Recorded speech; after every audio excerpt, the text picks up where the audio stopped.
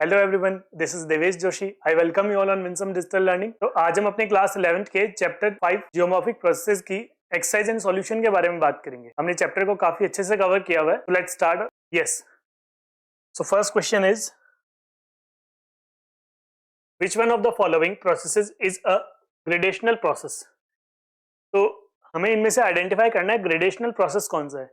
देखिए, ग्रेडेशनल प्रोसेस वो होता है जो स्टेप बाय स्टेप होता है ना, वन आफ्टर अनदर वाली अगर हम बात करें वैसे होता है। तो ग्रेडेशनल प्रोसेस इनमें से कौन कौन सा होगा?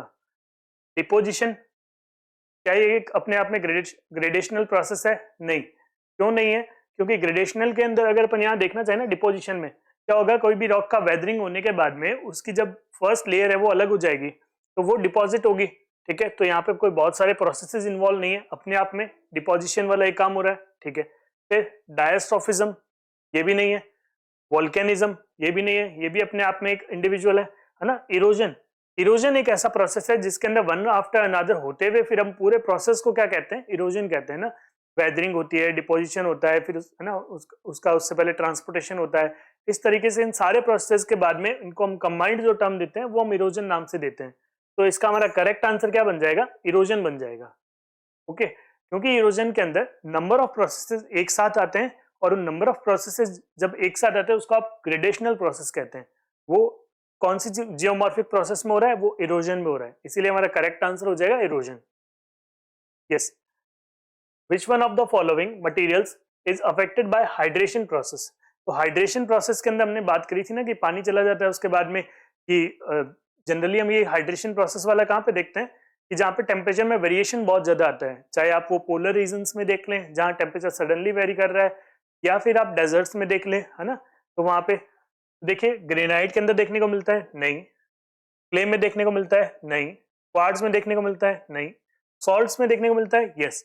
क्योंकि सॉल्ट्स में क्या होगा कि जैसे जैसे वहां पे वाटर आके एक्यूमुलेट होता रहेगा, ये मान लीजिए आपका कोई एक रॉक है, ठीक है, इस रॉक का जैसे ही डिग्रेडेशन हो जाएगा उसके बाद में यहाँ पे मान लीजिए क्रैक डेवलप हो गया, एक फॉल्ट डेवलप हो गया, है ना। ये कोई यहाँ पे एक फॉल्ट डेवलप हो गया।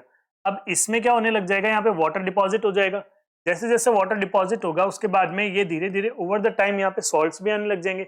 एनवायरमेंट के साथ में, है ना, जो जो गैसेस प्रेजेंट है उनसे रिएक्ट करेगा। ये जो रॉक का मटेरियल है ना, ये रॉक का जो मटेरियल है वो भी क्या करेगा, वाटर के साथ में कुछ रिएक्शन करेगा। उसके बाद में वो कोई भी ना अपने पास में अलग अलग चीजों को बना सकता है, सोडियम क्लोराइड, पोटेशियम क्लोराइड, या कुछ भी ऐसे, मतलब है ना, सॉल्टी मटेरियल वहां पे डेवलप होने लग जाएंगे। वाटर फिर वहां से इवेपोरेट हो जाएगा। फिर हम देख रहे हैं कि जो प्रेजेंट जो एनवायरनमेंट होगा उसके साथ में फिर से कोई रिएक्शन करेंगे।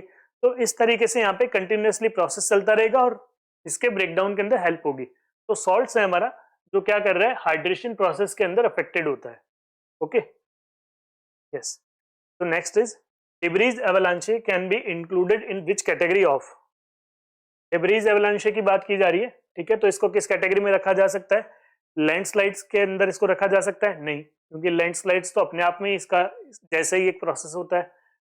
स्लो फ्लो मास मूवमेंट्स में रखा जा सकता है? नहीं, उसमें भी नहीं रखा जा सकता, क्योंकि डिब्रीज एवलांच, एवलांच अपने आप में बताता है कि बहुत रैपिड मूवमेंट हो रहा है ना, रैपिड मूवमेंट हमें देखने को मिल रहा है। तो रैपिड फ्लो मास मूवमेंट का एक टाइप है। यस, डिब्रीज एवलांच की अगर हम बात करें तो उसमें क्या होता है, बहुत सारी डिब्रीज जो एक प्लेन के अंदर या कुछ एक रीजन में हम देखें एक्यूमुलेट हो रखी है। यहाँ पे मान लो कोई डिब्री कुछ भी है, अभी क्या होगा, सडनली ऐसे नीचे आएगी, तो इस प्रोसेस को हम एवलांच बोलते हैं। लेकिन यहाँ पे क्या है, डिब्री है जो फ्लो कर रही है ना, डिब्री है वो फ्लो करके नीचे आ रही है। किस तरीके से मूवमेंट हो रहा है उसका? रैपिड मूवमेंट हो रहा है। और कैसा मूवमेंट है? डिब्री बहुत सारी है जो नीचे आ रही है ना, तो ये मास मूवमेंट हो रहा है एक टाइप का। तो हमने क्या बताया, डिब्री है जिसका रैपिड फ्लो हो रहा है और एक ये मास मूवमेंट है। तो रैपिड फ्लो मास मूवमेंट इसका करेक्ट आंसर हमारे लिए हो जाएगा। तो लैंडस्लाइड भी बेसिकली क्या है, एक टाइप है रैपिड फ्लो मास मूवमेंट का, है ना, तो इसलिए ये करेक्ट आंसर नहीं था। एवलांश है तो हमने ये सीधी सी बात कर ली, स्लो फ्लो तो हो ही नहीं सकता, सब्सिडेंस इसका पार्ट नहीं है। Okay, yes. फिर है 30 वर्ड्स में हमें इसका आंसर देना है। It is weathering that is responsible for biodiversity on the earth. How? ठीक है, वेदरिंग जो प्रोसेस है ना उसके बारे में हमें बताना है कि बायोडाइवर्सिटी से कैसे लिंक्ड है, इसका क्या हमें बायोडाइवर्सिटी के अंदर लिंकेज देखने को मिलता है या कैसे ये हेल्प करती है ना। Weathering contributes to the formation of soil by breaking down rocks into smaller particles providing a habitat for plants and microorganisms, thus promoting biodiversity on earth.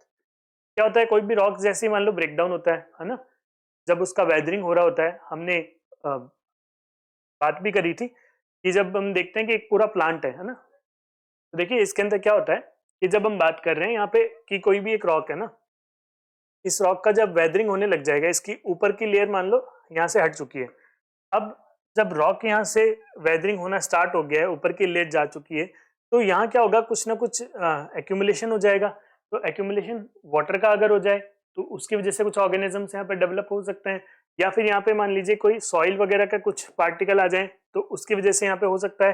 कई बार हम देखते हैं कि यहाँ पे ऐसा कुछ प्लांट वगैरह ग्रो कर जाते हैं, है ना, कई बार ऐसे माइक्रो ऑर्गेनिजम्स जो होते हैं वो यहाँ पे जैसे है ना, तो वो यहाँ पे लग जाते हैं, तो वो चीज हमें देखने को मिलती है।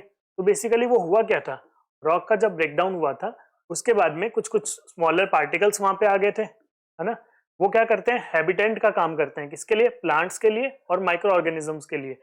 तो इस तरीके की जो चीजें अपन देखते हैं वो क्या कर रहे हैं, बायोडाइवर्सिटी को एनकरेज कर रहे हैं। ठीक है, तो बेसिकली वेदरिंग प्रोसेस से वहां पे कुछ सॉइल का एक्यूमुलेशन या वाटर का एक्यूमुलेशन, कुछ ऐसी चीजें हो सकती है, और वही क्या करती है, एज हैबिटेंट काम करती है, इसके लिए माइक्रो ऑर्गेनिजम्स के लिए या फिर प्लांट्स के लिए, जो हम क्या कर रहे हैं, बायोडाइवर्सिटी को प्रमोट कर रहे हैं। ओके, तो ये हमारा इसका आंसर हो जाएगा। यस, तो सेकंड क्वेश्चन क्या है, what are the mass movements that are real, rapid and perceptible. ठीक है, मास मूवमेंट्स के बारे में हमें बताना है कि जो रैपिड है एंड परसेप्टिबल है। देखो मास मूवमेंट्स में क्या था, पहली चीज तो ये थी कि ये ग्रेविटी के ऊपर डिपेंडेंट होते हैं। ठीक है, तो ग्रेविटी सबसे बड़ा फैक्टर था, इसके बारे में हमने बात की थी। सेकंड, मास मूवमेंट के अंदर ये भी था कि जो एक्सटर्नल कॉजेज होंगे, एक्सटर्नल फैक्टर्स होंगे, एक्सोमॉर्फिक प्रोसेस होंगे, उनका रोल हमें यहाँ पे नहीं दिखता है ना। तो यहाँ पे हमने क्या बात की, mass movements also known as mass wasting. ठीक है, involve the transfer of rock debris. Basically mass movement होता क्या है, डिब्री का एक साथ ट्रांसफर होता है ना, down slopes due to force of gravity. किसकी वजह से होता है भाई, एक साथ डिब्री का फ्लो होकर के आ जाना, उसको हम कहते हैं मास मूवमेंट, या फिर मास वेस्टिंग भी उसको कहते हैं। किसकी वजह से होता है, ग्रेविटी की वजह से होता है। हमने ये तीनों चीजें बता दी। देन हम बात कर रहे हैं कि दूसरे जियोमॉर्फिक प्रोसेस में तो क्या होता है कि अलग अलग एजेंट काम कर रहे होते हैं, जैसे वाटर है, ग्लेशियर है, विंड है, वेव है, इनकी यहाँ पे रिक्वायरमेंट नहीं होती है, do not require the involvement of external forces. External forces की यहाँ पे कोई रिक्वायरमेंट नहीं होती। Yes, instead gravity act as a primary driving force behind these movements, causing rocks, soils and other debris to slide, flow and fall downhill। ठीक है, तो ये क्यों यहाँ पे हमें मूवमेंट देखने को मिलता है, क्योंकि यहाँ पे जो ग्रेविटी है, ठीक है, वो क्या कर रहा होता है, प्राइमरी ड्राइविंग फोर्स की तरह काम कर रहा होता है। वही सबसे बड़ा क्या करता है, रीजन होता है मास मूवमेंट का। तो इसकी वजह से क्या हमें देखने को मिलता है कि रॉक का मूवमेंट हो रहा है, सॉइल या फिर अदर डिब्रीज हैं वो स्लाइड कर रही हैं, वो फ्लो कर रही हैं, वो फॉल कर रही हैं, उन सबको हमें देखने को मिलता है। क्यों, क्योंकि ग्रेविटी काम कर रही है। Earth flow, mud flow and landslides are mass movement that are rapid and easily noticeable. ठीक है, तो इनको अगर हम देखें कौन कौन से हमारे पास है मास मूवमेंट्स हैं, रैपिड मूवमेंट्स हैं, लैंडस्लाइड हमें देखने को मिलता है, मड फ्लो में देखने को मिलता है ना। तो ये सब चीजें क्या है, मास मूवमेंट है जो रियल रैपिड है और परसेप्टिबल भी है। ओके, तो हमने यहाँ पे किन किन चीजों को लिखा, देखो एक तो हमने यहाँ पे लिखा मास मूवमेंट जो है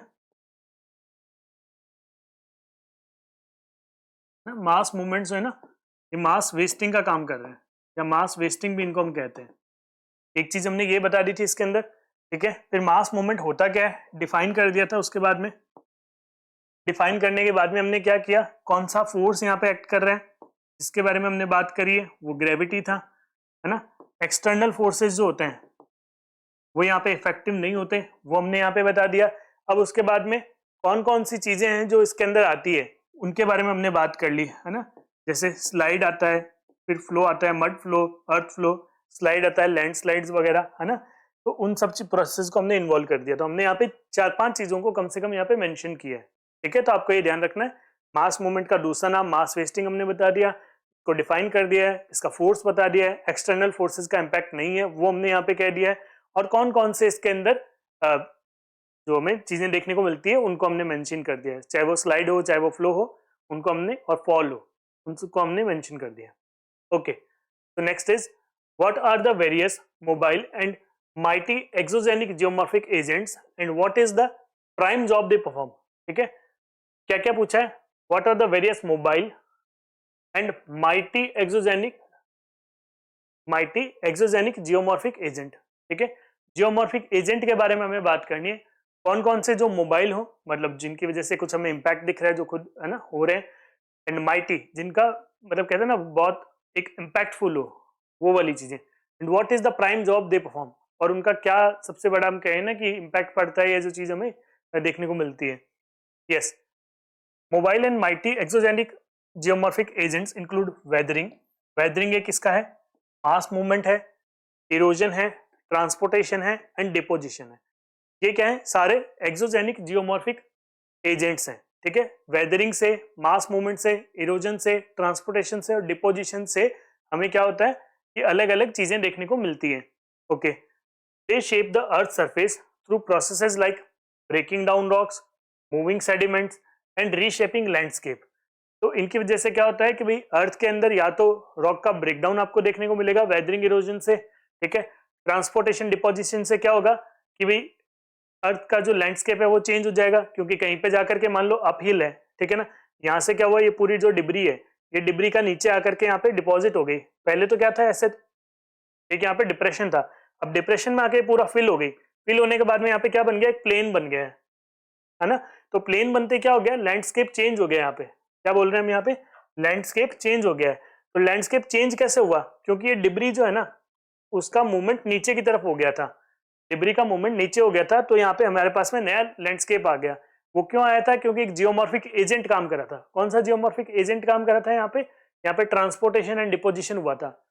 ठीक है, या फिर हम कह दें कि मान लो कि भाई लैंडस्लाइड हुई थी, यहाँ पे लैंडस्लाइड हुई थी तो सारे डिब्रीज एक साथ नीचे आ गई थी और ये पूरा डिप्रेशन यहाँ पे फिल हो गया, यहाँ पे प्लेन बन गए थे, है ना। तो इस तरीके से हम क्या बता रहे हैं, अर्थ का रिशेप भी हमें देखने को मिलता है, सेडिमेंट्स भी मूव कर जाते हैं। कोई रॉक है उसका ब्रेकडाउन हो गया तो एक जगह से दूसरी जगह सेडिमेंट मूव कर गए, चाहे वो विंड के थ्रू हो चाहे वो वाटर के थ्रू हो, है ना। रॉक का ब्रेकडाउन हमें देखने को मिलता है, चाहे वो क्लाइमेटिक कंडीशंस में हो, सन के अंडर में हो, चाहे वो वाटर में, चाहे टेम्परेचर वेरिएशन कर रहा है उसके वजह से हो। वो सारे जो इम्पैक्ट्स हमें देखने को मिलते हैं, ये सारे माइटी एक्सोजेनिक जियोमॉर्फिक एजेंट्स कहे जाएंगे। Okay, next is weathering essential as prerequisite in the formation of soil. ठीक है, वेदरिंग क्या प्री रिक्विजिट है क्या सॉइल फॉर्मेशन के लिए, तो इसको हमें बताना है। हमने जब सॉइल फॉर्मेशन की बात कही थी तो मैंने आपको बताया था कि वेदरिंग बहुत इंपॉर्टेंट है ना, बिना वेदरिंग के आपके पास में सॉइल फॉर्मेशन तो मतलब कैसे हो सकता है। तो यहाँ अगर हम बात करें, yes weathering is essential for soil formation, it breaks down rocks into smaller fragments providing the raw material necessary for soil development. ठीक है, तो सॉइल का जो डेवलपमेंट होगा, है ना, एक कोई रॉक है, अभी इस रॉक से अगर मान लो हमें सॉइल बनाना है, ठीक है, सॉइल बनाना है, तो वो बिना किसी प्रोसेस के कैसे हो सकता है, यहाँ पे कुछ ना कुछ तो प्रोसेस चाहिएगा। अब वो प्रोसेस क्या है, वो प्रोसेस है पूरा वेदरिंग का, इस रॉक के टुकड़े होने पड़ेंगे तभी जाके हम सॉइल के अंदर जो बात करें ना कि हमारे पास में इसके ये पार्टिकल्स जो हमें देखने को मिल रहे हैं, है ना, सॉइल के जो पार्टिकल्स देखने को मिल रहे हैं, तो सॉइल के पार्टिकल आएंगे कब, कुछ इसके ऊपर एक प्रोसेस होना चाहिए। वो प्रोसेस कौन सा होता है, उस प्रोसेस का नाम अगर हम बात करें वेदरिंग है। ठीक है, इस वेदरिंग से क्या होता है, वेदरिंग से रॉक जो होता है छोटे छोटे पार्ट्स के अंदर डिवाइड होगा, फ्रेगमेंटेशंस होंगे, फ्रेगमेंट्स बनेंगे, उन फ्रेगमेंट्स के ऊपर फर्दर प्रोसेस होते होते क्या बनेगा, सॉइल के पार्टिकल्स बनेंगे। तो इस तरीके से वेदरिंग हमारे लिए जरूरी है। It breaks down rock into smaller fragments providing the raw material necessary for soil development. These weathered materials along with organic matter, इसके साथ में along with organic matter form the basis of fertile soil। तो fertile soil के लिए organic matter की requirement होती है। वो organic matter आएगा कब, है ना, वो किसके साथ मिक्स होकर के soil को बनाएगा, जब weathering हो जाएगी एक rock की तो हमारे पास में क्या बनेंगे, कुछ fragments बनेंगे, उन fragments से ही बाद में क्या बनेगी, एक soil हमारे पास में आएगी।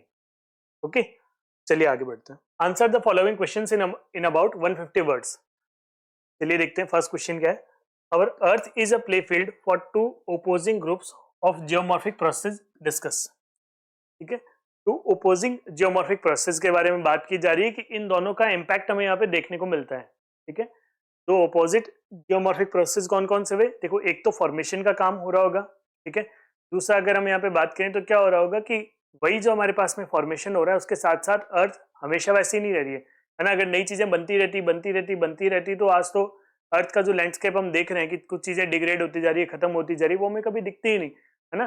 तो डिग्रेडेशन का काम भी कंटिन्यूसली यहाँ पे चलता रहता है, फॉर्मेशन भी हो रहा है और डिग्रेडेशन भी हो रहा है, दोनों चीजें चलती रहती है। तो उन दोनों के बारे में यहाँ पे बात की हुई है। Yes, the earth crust is constantly shaped by two opposing groups of geomorphic process.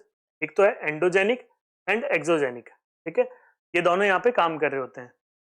Endogenic forces originating from with in the earth results in movements of the crust vertically and horizontally, ठीक है। हम अच्छे से बात कर चुके हैं chapter के अंदर कि एंडोजेनिक फोर्सेज का क्या इंपैक्ट होता है, किस तरीके से इनका वर्टिकल एंड हॉरिजॉन्टल मूवमेंट होता है। These forces build up landforms by uplifting part of the crust, ठीक है। तो अभी जो मैंने आपको कहा था वही बात है यहाँ पे, these forces build up landforms by uplifting parts of the crust, ठीक है। तो बेसिकली क्या हो रहा है, एंडोजेनिक फोर्सेज क्या कर रहे हैं, एंडोजेनिक फोर्सेज कर रहे हैं कुछ नए पार्ट का या नए सेगमेंट का फॉर्मेशन कर रहे हैं यहाँ पे अर्थ के ऊपर, okay. Meanwhile, exogenic forces, powered mainly by external sources like sunlight, act on the Earth's surface. These forces wear down landforms through the process like erosion and weathering. तो यहाँ पे क्या होता है, इरोजन एंड वेदरिंग की वजह से, erosion and weathering की वजह से वियर डाउन हो जाता है, यानी सरफेस हमारा जो है डिग्रेडेशन का वहां पे कंटिन्यूसली काम चल रहा होता है, ठीक है। तो इसीलिए क्या है, क्वेश्चन में हमें पूछा गया था, our earth is a play field for two opposing groups of geomorphic process. तो जियोमॉर्फिक प्रोसेस में दो चीजें होती रहती है, एक तो फॉर्मेशन और एक डिग्रेडेशन, है ना। तो एक एक्सोजेनिक और एक एंडोजेनिक, ये दोनों फोर्सेस काम कर रहे हैं। इनडायरेक्टली इनके बारे में हमें पूछा था तो उनका हमने यहाँ पे बताया। Yes, while endogenic forces uplift the crust, exogenic forces work to wear down, resulting in the formation of relief variations such as mountains and valleys, ठीक है। एंडोजेनिक क्या कर रहा है, अपलिफ्ट कर रहा है, ठीक है, और एक्सोजेनिक क्या कर रहा है, वियर डाउन कर रहा है, ठीक है। और वियर डाउन होने से क्या हो रहा है, हमारे पास में कहीं पे माउंटेन्स बन रहे हैं, कहीं पे वैलीज बन रही है, और वियर डाउन नहीं करता, ठीक है। ये प्रोसेस सारा जैसा एक जैसे चलता रहता है, पूरी अर्थ एक जैसी होती, वेरिएशन आते ही नहीं। वेरिएशन आने का रीजन क्या है, अलग अलग इंटेंसिटी पे फोर्सेस काम कर रहे हैं, कहीं पे कुछ बन रहा है, कहीं पे कुछ और बन रहा है। Despite the continuous action of both forces, relief variation persist because exogenic processes can not fully counteract the uplift caused by the endogenic forces. तो अगर ये दोनों प्रोसेस काम कर रहे हैं और इक्वली काम कर रहे होते, तो एंडोजेनिक फोर्सेस जो बिल्डअप कर रहे हैं, मान लो एक माउंटेन को उठा दिया, और एक्सोजेनिक फोर्सेस काम कर रहे होते, चाहे वो विंड हो चाहे वो वाटर हो, तो उसका कंप्लीटली इरोजन हो जाना चाहिए था, वो तो बनना ही नहीं चाहिए था, क्योंकि दोनों बराबर काम कर रहे हैं। लेकिन ऐसा नहीं होता है, एंडोजेनिक फोर्सेस ज्यादा काम कर रहे होते हैं, एक्सोजेनिक उतना इंपैक्टफुल नहीं होते। तो उसकी वजह से हमें क्या देखने को मिलता है कि फॉर्मेशंस जो हुए हैं ना, वो सारे के सारे खत्म नहीं हुए, उनका सबका वियर डाउन नहीं हुआ है। तो एक चीज हमें समझ में आ गई कि दोनों प्रोसेस साइमल्टेनियसली काम तो कर रहे हैं, लेकिन इक्वली इंपैक्टफुल नहीं है, ठीक है। तो एक्सोजेनिक फोर्सेस हैं, उनका इंपैक्ट बहुत टाइम बाद में आता है और बहुत धीरे धीरे आता है, while एंडोजेनिक फोर्सेस जो होते हैं सडन भी होते हैं और स्लो भी होते हैं। Yes, endogenic forces contribute to land building. Endogenic क्या कर रहे हैं, लैंड बिल्डिंग का काम कर रहे हैं, while exogenic forces primarily wear down, ठीक है, wear down the land. These opposing actions maintain the dynamic nature of the earth surface. Dynamic nature of earth surface का मतलब क्या, जो हम अर्थ के ऊपर अलग अलग चीजें हमें देखते हैं, वो सब हमें क्यों दिखाई देती है, क्योंकि यहाँ पे continuously endogenic and exogenic process काम कर रहे हैं और उनकी जो इंटेंसिटी है वो भी अलग अलग होती है। तो the next is exogenic geomorphic process derive their ultimate energy from the sun's heat. तो एक्सोजेनिक प्रोसेस के बारे में बात की जा रही है कि उनकी जो अल्टीमेट एनर्जी आती है सन की हीट से आती है, ठीक है। एक्सोजेनिक प्रोसेसेस बेसिकली कर क्या रहे थे, वियर डाउन का काम कर रहे थे। वियर डाउन करेंगे कैसे, वाटर फ्लो करेगा, विंड की वजह से होगा, क्लाइमेट की वजह से होगा, है ना। तो क्लाइमेट के अंदर अगर अपन बात करें, टेम्परेचर भी वहीं कवर हो गया। टेम्परेचर का बहुत एक इंपॉर्टेंट हमें रोल देखने को मिल रहा था। तो टेम्परेचर कब एक इम्पैक्ट हमें दिखा सकता है, अगर हम बात करें कि उसकी एनर्जी कहाँ से आ रही है, सन की हीट से उसको मिल रही है ना, क्योंकि सबसे बड़ा एनर्जी का सोर्स क्या है, सन ही तो है हमारे पास में अर्थ पे, है ना। तो उसका इम्पैक्ट हमें कैसे देखने को मिलता है, क्योंकि टेम्परेचर के अंदर वेरिएशन आएगा। कहीं पे पोलर रीजन्स में देखिए, सनलाइट के टाइम पे जब डे टाइम के अंदर क्या होगा कि जो स्नो है, जो आइस है, वहां पे क्या हो जाएगी, मेल्ट हो जाएगी, तो वो वाटर फॉर्म में आएगी, और उसके बाद में जैसे ही टेम्परेचर गिरेगा सडनली वो आइस बन जाएगी। तो जो वाटर बीच में क्रैक्स में आ रखा था ना, ये पूरा मान लीजिए आपका एक रॉक है, इस रॉक के अंदर मान लीजिए कुछ ऐसे फ्रेगमेंट्स है ना, तो ये जो मान लो ऐसा कुछ पार्ट अगर बना हुआ है, क्या होगा, इस पूरे पार्ट के अंदर यहाँ पे मान लीजिए वाटर यहाँ पे एक्यूमुलेट हो रखा है, डे टाइम के अंदर तो ये मेल्ट होकर के वाटर की फॉर्म में है, ठीक है। नाइट के अंदर क्या होगा, यही वाटर जो है ना वो आइस बन जाएगा। जैसे ये आइस बनेगा यहाँ पे क्या करेगा, इसका वॉल्यूम एक्सपैंड होगा, तो ये जो इसके आसपास का जो पूरा सेक्शन है, इस पूरे सेक्शन के अंदर ये क्या करेगा, प्रेशर लगाएगा दोनों तरफ में। प्रेशर लगाएगा तो जो रॉक के मॉलिक्यूल्स हैं उनको सेपरेट, है ना, उनको सेपरेट करेगा। वो जो थोड़े यहाँ पे पास पास में एक्यूमुलेट हो रखे थे उनको और सेपरेशन के लिए फोर्स लगेगा, दूर दूर उनको कर देगा। और जैसे ही डे टाइम आएगा वापस से क्या करेगा, ये वाटर के अंदर मेल्ट हो जाएगा, तो फिर उसके बारे में फिर से पास आएगा। कंटिन्यूसली डे टाइम में ये, है ना, डे और नाइट के अंदर ये प्रोसेस होता रहेगा, ओवर द टाइम होता रहेगा। तो क्या देखने को मिलेगा, रॉक के अंदर क्रैक्स डेवलप होने लग जाएंगे, है ना। इसी तरीके से डेजर्ट रीजन के अंदर भी हमने चैप्टर के अंदर बात की थी, मैंने आपको बहुत सारी इमेजेस भी दिखाई थी, हमने इन डिटेल उसको पढ़ा था। जस्ट रिवीजन के लिए मैंने आपको बस ये बताया कि वो सारी चीजें भी देखो सन की हीट से या हमें टेम्परेचर के इम्पैक्ट से देखने को मिलती हैं। Yes, exogenic process which shape the earth surface ultimately derive their energy from the sun. These process collectively known as denudation, ठीक है, हमने बात की थी, इसको डेनुडेशन कहते हैं। Include weathering, mass movement, erosion and deposition, ठीक है। तो डेनुडेशन एक अम्ब्रेला है जिसके अंदर ये सारे प्रोसेस इन्वॉल्व होते हैं। Weathering is breakdown of rock material by the elements of weather and climate. इसके इम्पैक्ट से, वेदर एंड क्लाइमेट के इम्पैक्ट से ब्रेकडाउन होता है, उसको आप क्या बोलते हैं, वेदरिंग बोलते हैं, ठीक है। Such as temperature, pressure, wind, humidity and precipitation. These elements in turn derive their energy from the sun, ठीक है। तो सन के बिना ये सारी चीजें पॉसिबल नहीं थी। Mass movement refers to the transfer of rock debris down slopes under the influence of gravity, ठीक है, ये हम बात कर चुके हैं, ग्रेविटी की वजह से होता है। while weathering is not always a prerequisite for mass movement, it can aid in loosening material and facilitating movement। तो वेदरिंग जो होती है उसकी वजह से हमें क्या मास मूवमेंट देखने को मिल भी सकता है, लेकिन जरूरी नहीं है कि वेदरिंग हो तभी मास मूवमेंट होगा, बिना वेदरिंग के भी मास मूवमेंट पॉसिबल है। ये बात हम चैप्टर में भी देख चुके हैं। तो हमने यहाँ पे क्या किया, एक्सोजेनिक जियोमॉर्फिक प्रोसेस के लिए हमने क्या बताया, सबसे पहले हमने बताया कि भाई इसके अंदर कौन कौन सी चीजें आती है। हमने कहा डेनुडेशन प्रोसेस के अंदर में सारी चीजें हो रही होती है, ओके। जब डेनुडेशन के अंदर में सारी चीजें हो रही होती है तो उसमें कौन कौन सी प्रोसेस आ जाता है, एक वेदरिंग आ जाता है, सेकेंड उसके अंदर मास मूवमेंट आ जाता है, थर्ड उसके अंदर इरोजन आ जाता है, एंड फोर्थ उसके अंदर डिपोजिशन आ जाता है। अब हम क्या कर रहे हैं, इंडिविजुअली इनको डिफाइन कर रहे हैं कि कैसे वेदरिंग जो है सन से रिलेटेड है या सन की हीट से रिलेटेड है। तो वेदरिंग में हमने बताया भाई ब्रेकडाउन होता है। ब्रेकडाउन कैसे हो पाता है, वेदर की वजह से हो पाता है, या आप कहें क्लाइमेट की वजह से हो पाता है। वो कैसे, कि वहां पे टेम्परेचर का इम्पैक्ट पड़ता है, वहां पे प्रेशर का इम्पैक्ट पड़ता है, विंड ह्यूमिडिटी का इम्पैक्ट पड़ता है, ये हमने मेंशन कर दिया। फिर हमने कहा कि हाँ भाई, फिर एक्सोजेनिक प्रोसेस के अंदर मास मूवमेंट भी हम देखते हैं। तो मास मूवमेंट पे कैसे इंपैक्ट पड़ता है, मास मूवमेंट बेसिकली क्या होता है, ट्रांसफर ऑफ रॉक डिब्रीज होता है। वो कब हो पाता है, वो तब हो पाता है जब वेदरिंग हो चुकी हो। जरूरी नहीं है कि वेदरिंग होगी तभी होगा, वेदरिंग हो चुकी हो तो मास मूवमेंट होने में हेल्प मिलती है, ठीक है। तो ग्रेविटी की वजह से वो होता है जनरली, तो वो भी हमने यहाँ पे बता दिया। फिर देन हम बात करें इरोजन की, तो इरोजन की वजह से भी है, हमें क्या होता है, देखने को मिलता है जियोमॉर्फिक प्रोसेस में सन का इम्पैक्ट है या सन की हीट का इम्पैक्ट है। Involve the acquisition and transportation of rock debris by agents such as wind, running water, glaciers, waves and groundwater. The energy of these processes ultimately come from the sun, as a climatic condition like wind and precipitation are determined by the solar energy, ठीक है।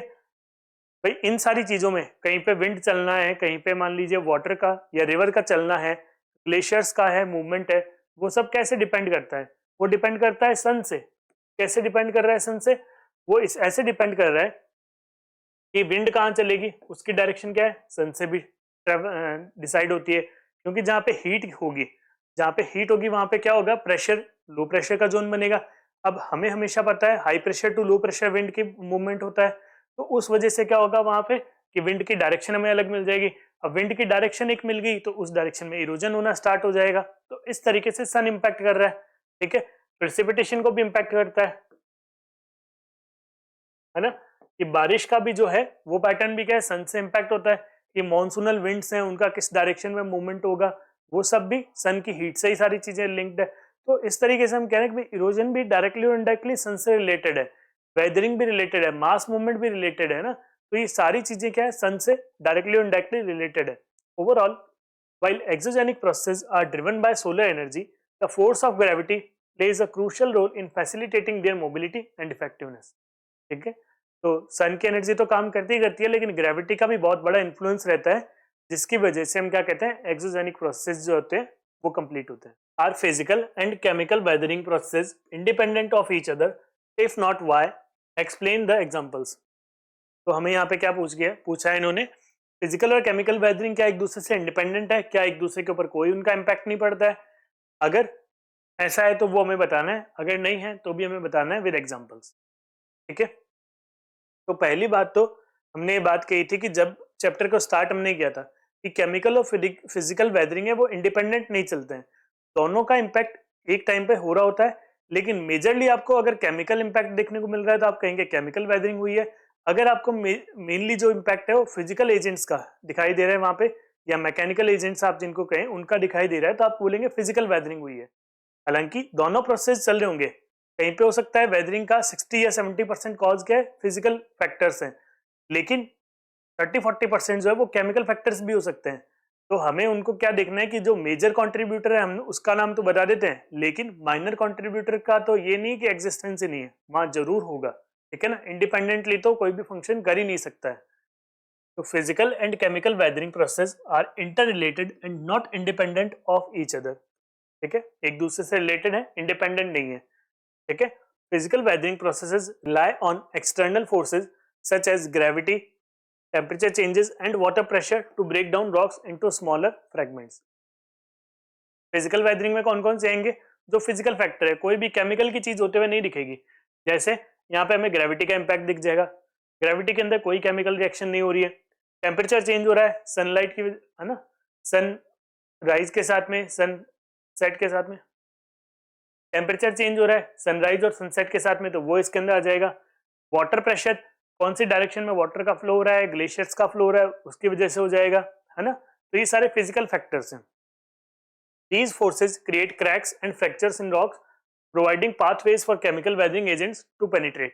अब एक बार crack develop हो जाएगा इनकी वजह से, तो अंदर मान लो वाटर बैठ गया, उसने जो मटेरियल के जो मिनरल्स हैं, है ना, जिसका भी रॉक बना हुआ है उसके अंदर कुछ ना कुछ मिनरल तो होंगे, उनके साथ में रिएक्शन कर ली तो केमिकल वेदरिंग वहां पे शुरू हो गई, है ना. फिर और जल्दी उसका ब्रेकडाउन होना स्टार्ट हो जाएगा.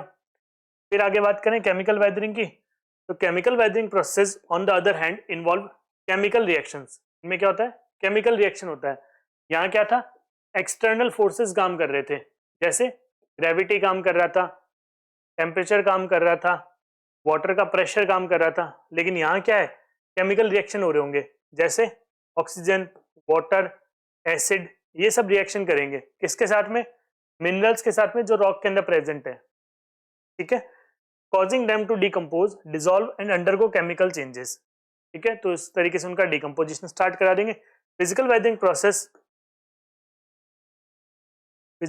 Processes play a crucial role in facilitating chemical weathering. तो देखो यहाँ पे ये सबसे बड़ी बात आ गई ना, फिजिकल वेदरिंग से क्या होगा, पहले क्रैक डेवलप हो जाएगा, क्रैक डेवलप होते ही वहां पे वाटर या जो सब चीजें अंदर जाएंगी, उनकी वजह से केमिकल वेदरिंग को हेल्प मिलती है ना. For instance temperature changes and freezing thaw cycles weaken rocks, making them more susceptible to chemical reactions, है ना. थॉइंग की हमने बात की थी, फ्रीजिंग की हमने बात करी थी, है ना. कौन से पोलर रीजन्स में जनरली ये देखने को मिलता है, हाई एल्टीट्यूड रीजन्स में चीज देखने को मिलती है कि फ्रीजिंग एंड थॉइंग वहां पे जब हो रही होती है तो उसकी वजह से क्रैक डेवलप हो जाता है. क्रैक डेवलप होते ही वहां पे वाटर अंदर बैठ जाएगा और फिर हम देखेंगे कि वो रॉक के साथ में जो मिनरल होंगे उनमें केमिकल रिएक्शन करके उसका ब्रेकडाउन जल्दी करवा देता है. ठीक है, तो ये इंपैक्ट हमें देखने को मिलता है. Yes, physical weathering process prepare rocks for chemical weathering by creating vulnerabilities and exposing more surface area to chemical agent. vulnerabilities का मतलब क्या है, क्रैक्स वगैरह वहां पे डेवलप कर देते हैं, कुछ ऐसा पॉइंट बना देंगे जहां से केमिकल वेदरिंग स्टार्ट हो सके. ठीक है, conversely chemical weathering process further break down rocks into smaller fragment, making them more susceptible to physical weathering. अब क्या हुआ, एक जैसे बड़ा रॉक था, इस बड़े रॉक के अंदर मान लो कोई क्रैक वगैरह डेवलप हो गया, तो अब ये किसको हेल्प करेगा, केमिकल वेदरिंग को. केमिकल वेदरिंग क्या करेगा, इसको पूरे को ब्रेक डाउन कर देगा. अब इसके छोटे छोटे पार्ट बना देगा, ये छोटे छोटे पार्ट बन गए. अब ये जो अपने आप में नया पार्ट बना है ना, ये इस पूरे के ऊपर क्या होगा, फिजिकल वेदरिंग ज्यादा इफेक्टिव हो जाएगी, है ना. इसके ऊपर फिजिकल वेदरिंग, इसके ऊपर फिजिकल वेदरिंग, तो इस तरीके से चीजें काम करती है कि फिजिकल वेदरिंग केमिकल वेदरिंग को हेल्प करती है, केमिकल वेदरिंग फिजिकल वेदरिंग को हेल्प करती है. यानी दोनों एक दूसरे के साथ चलती हैं, ना कि साइलोज में चलते हैं।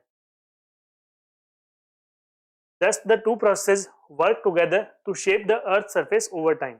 तो ये दोनों इस तरीके से एक साथ काम करते हैं और अर्थ के सरफेस पे जो हमें नई नई चीजें देखने को मिलती है वो इन दोनों के कॉम्बिनेशन से ही आती हैं, कंबाइंड इफेक्ट से ही आती हैं। ओके, तो next last question is how do you distinguish between the process of soil formation and soil forming factors.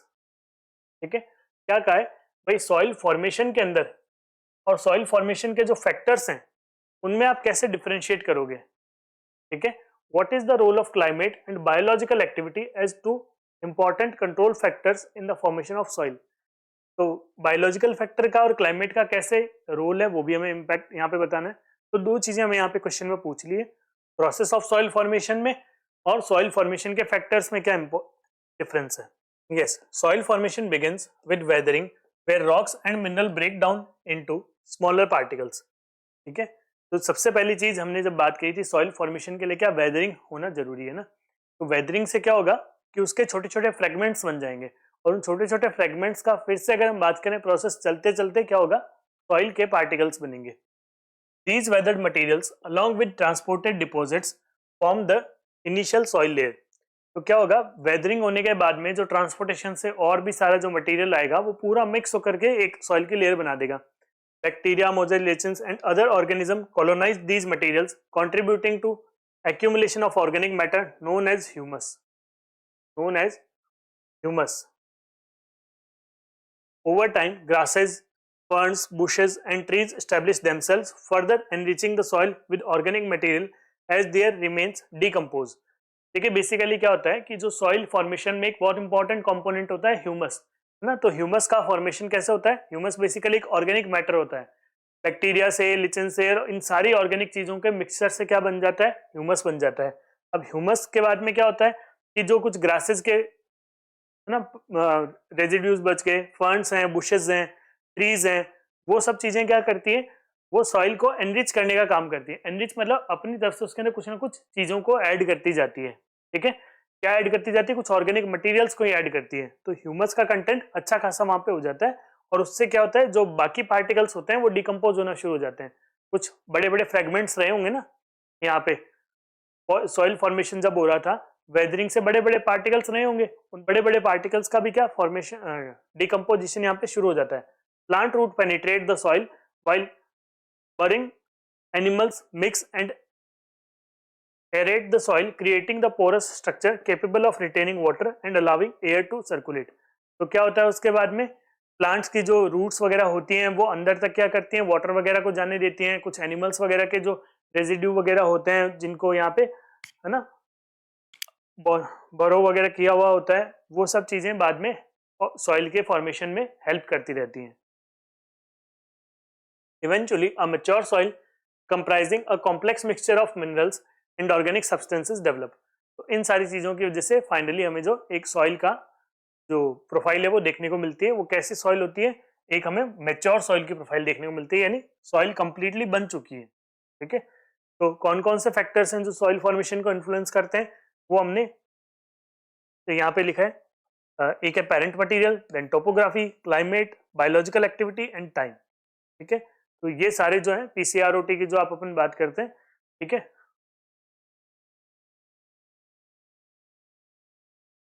Soil is a function of PCROT, है ना। पेरेंट मटेरियल है, उसके बाद में क्लाइमेट हो जाता है, फिर उसके बाद में जो आपके पास में रिलीफ हो जाता है जिसको आप टोपोग्राफी भी कहते हैं, बायोलॉजिकल एक्टिविटी यानी ऑर्गेनिक मैटर वगैरह हो जाता है, टी यानी टाइम हो जाता है।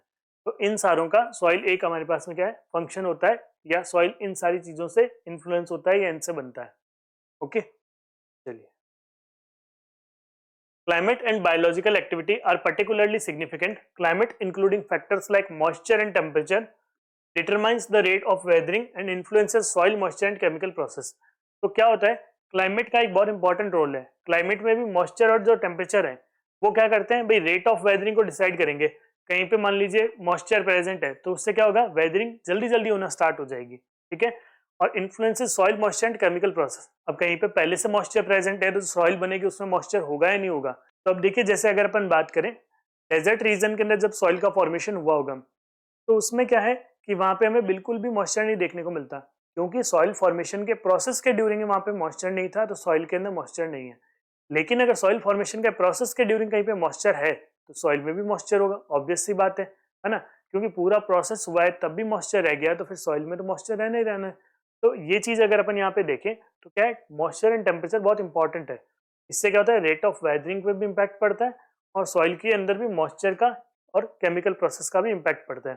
कहीं पे मान लो आपके पास वाटर है, मॉइस्चर है, तो उसकी वजह से क्या होगा, मिनरल का डिकम्पोजिशन जल्दी होगा, है ना? वहां पे जल्दी जल्दी क्या बोले अपन, ऑर्गेनिक मैटर होंगे वो जल्दी जल्दी डिजोल्व हो जाएंगे, डिकम्पोज हो जाएंगे, है ना? सॉइल की फर्टिलिटी ज्यादा होगी, वो सब चीजें अपने को देखने को मिलेगी। Biological activity including vegetation and microbial life contributes organic matter, aids in nutrient cycle and enhances the soil structure. तो बायोलॉजिकल एक्टिविटी भी किस तरीके से एड करती है, तो एक तो वेजिटेशन का, माइक्रोबियल लाइफ का, छोटे छोटे माइक्रो ऑर्गेनिजम्स हैं उनका भी यहाँ पे इम्पैक्ट पड़ता है कि कितनी ज़्यादा सॉइल हेल्दी है, उसके अंदर कितने सारे न्यूट्रिएंट्स प्रेजेंट है, वो इन सबसे फर्क पड़ता है। मॉइस्चर होगा, मॉइस्चर हेल्प करेगा किसके अंदर, बायोलॉजिकल एक्टिविटी में। जहाँ पे मॉइस्चर नहीं है वहाँ बायोलॉजिकल एक्टिविटी भी आपको जनरली नहीं देखने को मिलती है।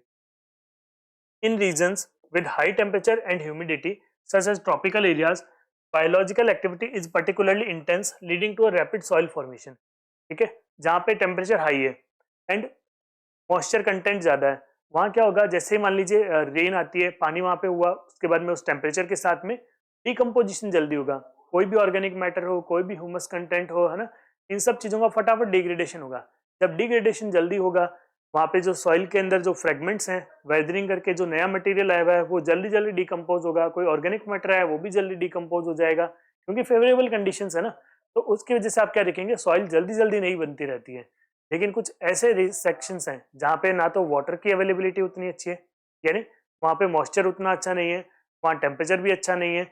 जैसे आप बात करें पोलर रीजन्स में, तो वहाँ पे क्या होगा, वहाँ टेम्परेचर का प्रॉब्लम है, वहाँ पे आपके पास में ग्लेशियर के अंदर आइस के फॉर्म में वहाँ पे वाटर अवेलेबल है, तो उसकी वजह से क्या वहाँ पे सॉइल का फॉर्मेशन का प्रोसेस थोड़ा स्लो होता है। इसी तरीके से आप डेजर्ट में भी बात करें, है ना, लेकिन ट्रॉपिकल एरियाज में ये प्रॉब्लम नहीं आती है, तो वहाँ पे इस तरीके से सॉइल का फॉर्मेशन जल्दी जल्दी होता रहता है। तो दिस इज इट, यहाँ पे हमारा ये चैप्टर एंड होता है। आई होप कि आपको इस चैप्टर के क्वेश्चन एंड आंसर में कहीं प्रॉब्लम नहीं आई होगी। हमने इनको बेसिकली यहाँ पे ज्यादातर डिस्कस इसलिए किया है क्योंकि ये कॉन्सेप्चुअल चैप्टर था, तो इसके जो क्वेश्चन एंड आंसर है उसके साथ भी हमारे जो कॉन्सेप्ट है वो एक बार रिवाइज हो गए होंगे। आई होप कि आपको यहाँ पे कोई प्रॉब्लम नहीं आएगी। Thank you so much for learning with Winsome digital learning.